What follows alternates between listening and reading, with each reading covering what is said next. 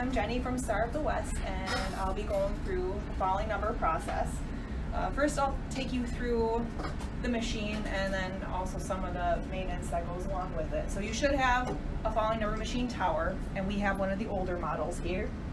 And with this one, you want to make sure the tower is filled with water, and there will be a gauge on the side right here.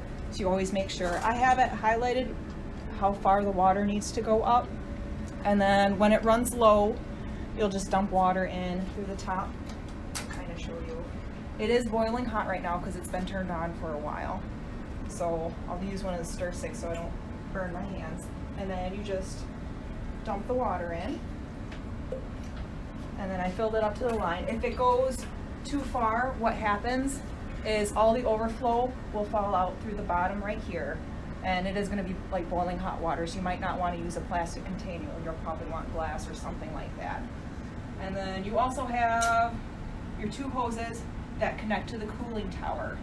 The cooling tower also needs to have water in it so that the water cycles through and cools it. And what that does is it keeps the water boiling, but it doesn't overboil all the water inside of it. Kind of keeps it at a good temperature.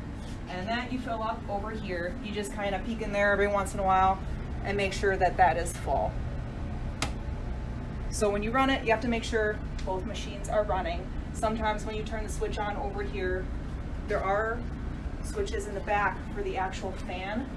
Like this right here is on the on, and then when you turn it off, you can kind of hear it's quiet. You got to make sure this one's running because otherwise it's not, the fans aren't running. So that's kind of the basics of the machine and the cooling tower. And I'll run you through the process.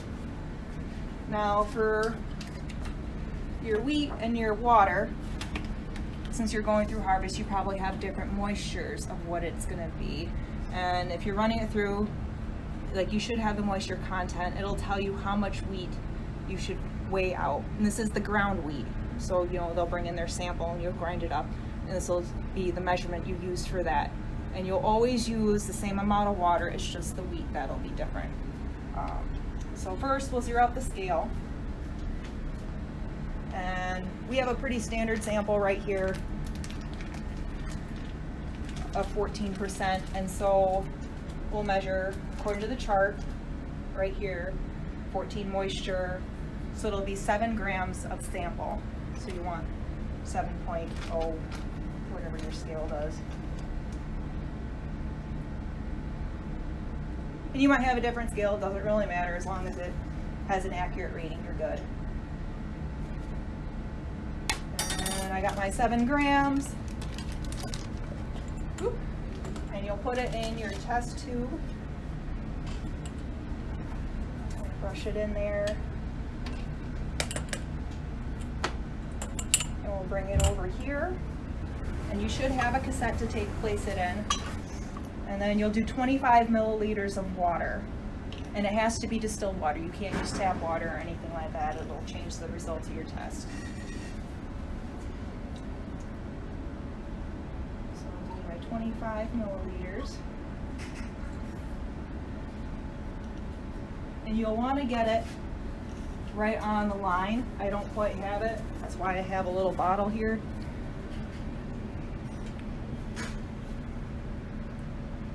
So fill it right to the line to get the most accurate reading on it. And you'll dump that right in there. You'll grab a rubber stopper and you'll shake it about 20 times. And then you'll check the bottom, make sure everything's all mixed in there because sometimes it does stick in there. Take that off, scrape it, make sure you don't have any wheat grounds or anything on it. You'll take your stir stick, and then when you put it in, kind of scrape the sides a little bit so there's nothing left on there. And then you'll put it in the machine, and then you close it right away. You do have about 6 seconds to get it in there, and it'll count on the side. Anything over 6 seconds, it's going to give you an error message, and you're going to have to start over again. You can't, when you mix up the water and the solution or your flour or ground wheat, you can't let it sit. It has to go in there right away.